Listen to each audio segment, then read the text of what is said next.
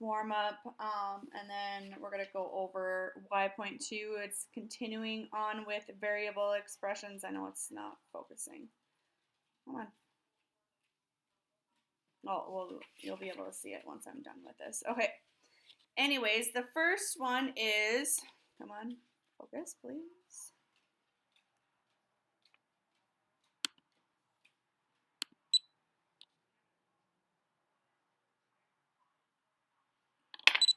There it goes. Sorry.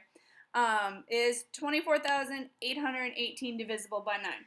So we can physically divide 24,818 divided by 9 and see if it goes in there evenly, and then we could say yes or no. But if you remember the rule, there's divisibility rules, and the divisibility rule when we're talking about 9 is if you add up all the digits and whatever the answer is, if that number is divisible by 9, then you can just know from there that you're going to be able to divide that by 9. So 2 plus 4 would be 6. 6 plus 8 would be, 14. 14 plus 1 more would be 15. 15 plus 8 would be 23. So can 9 go into 23 evenly? Sorry, it's not focusing very well. Can 23 be divided by 9 and go in there evenly? No, it can't. So that's a rule from 9. You add up all the digits, and then you take the number that you get, and you divide it by 9. Okay, next one. Name the property shown. Okay, as we've been doing this one a lot this year. This is, remember, the associative property of multiplication. I'll just say MUL. Because remember, you can take 7 times y first and then multiply that answer times d, or you can take 7 times d and then multiply that answer times y, and you're going to get the same answer. So they literally just moved the parentheses, or remember the butt cheeks, and they're able to get the same answer, and that's the associative property, when you can switch the parentheses around and still get the same answer. Okay, moving on to number 3. A yard of material costs $7.20. What's the cost per foot? So if you remember that a yard has 3 feet in it, you're going to take 3 divided by 720. So, for example, 3 goes into 7 2 times. You're going to subtract it out. You're going to bring it down. 3 goes into 12. 4 times 3 times 4 is 12. Subtract it out. Bring down that. 3 can't go into 0, so it's going to be $2.40 per foot. Okay, because remember, $7.20 per yard, and if you remember that 3 feet are in a yard, and each one would be $2.40 per feet.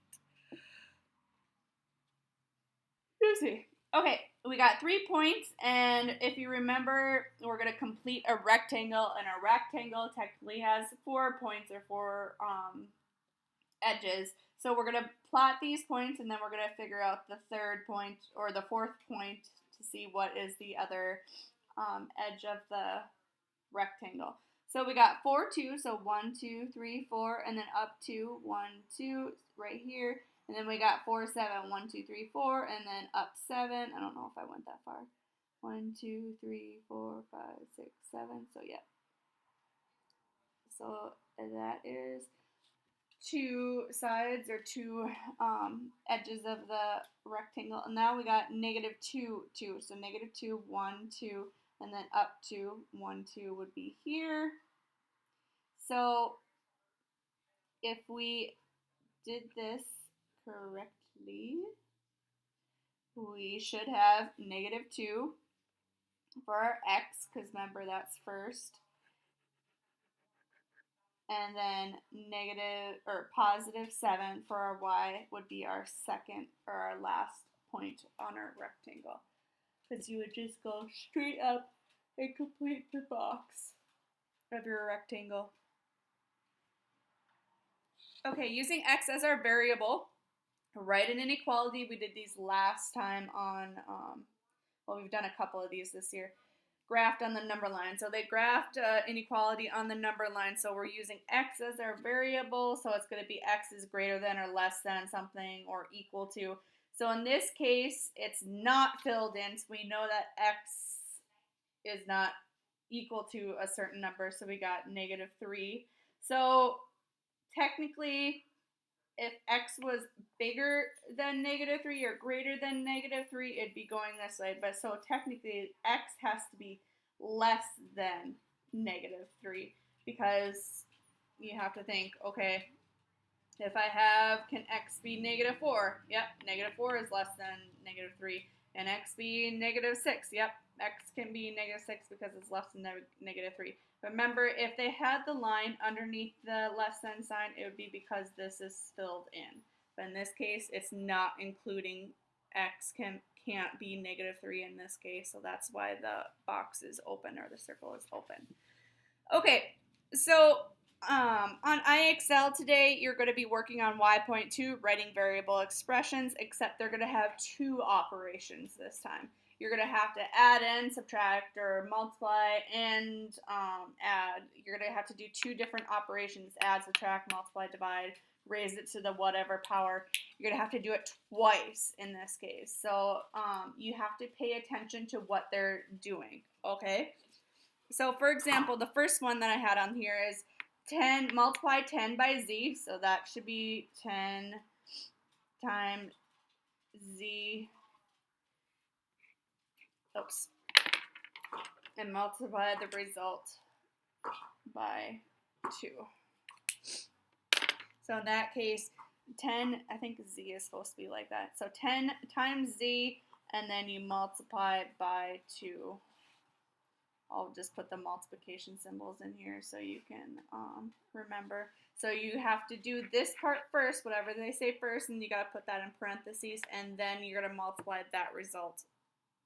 So this, you're going to have to multiply first, technically, and then you'd multiply it by 2.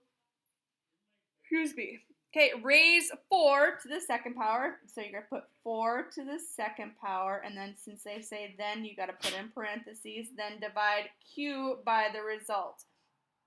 So we're going to have to divide by q. So q divided by 4 to the second power.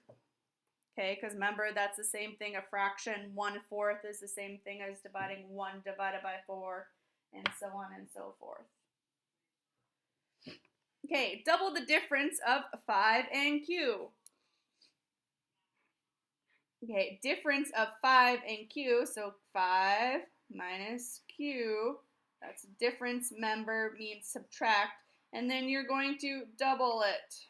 So 2 times 5 times q, or you could have put the times 2 right here. Okay? Some of these might be difficult and you might get a couple wrong, but make sure you're paying attention to the answers that they give you after you do it, and do some reading to see, oh, I should have did this first, or oh, I needed to do this first instead. Okay, 7 more than the difference of 4 and b. So the first part is a difference of 4 and b, so 4 minus b. And then 7 more than. So more than means adding. So you're going to do plus 7. So technically 4 minus b plus 7. Okay, and I'll show some of you on here. So add s and r. We're going to put these in parentheses. This is the parentheses button. You put s plus r. And then add 6 to the result. So we're going to do s plus r first. They want us to do first, and then you have to add the result. Okay. Raise 2 to the second power, and then multiply the result by d. So you're going to put in parentheses, because always the first portion you always put in parentheses. So we're going to do 2, and this is to the 10th power. Oops. And then this means multiply by d. Okay, this little dot is another word for multiply. I would just wish they used the multiply symbol, but that's how it is. Okay, we're going to triple 7. So 7, times 3. And then divide W by the result. I think I need to put this over here. Oopsies.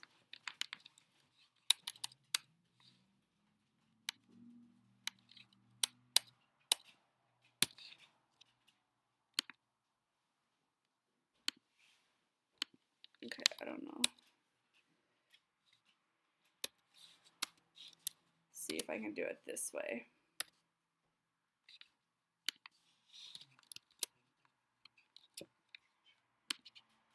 Yeah, okay, so you could have did W slash and then parentheses 3 times 7. Okay, that's another way you can do it. So S increased by the product of 7 and 8. So the product would need multiply. So you're going to take 8 times 7. Keep it in parentheses. Increased by means add. So you're going to put S. So 8 times 7 plus S is going to be your expression. So remember, if you get a couple of these wrong, don't worry. Just read what you did wrong and go from there, okay? And if you need extra help, you can always give me a shout out, okay? Good luck, you guys. Miss you.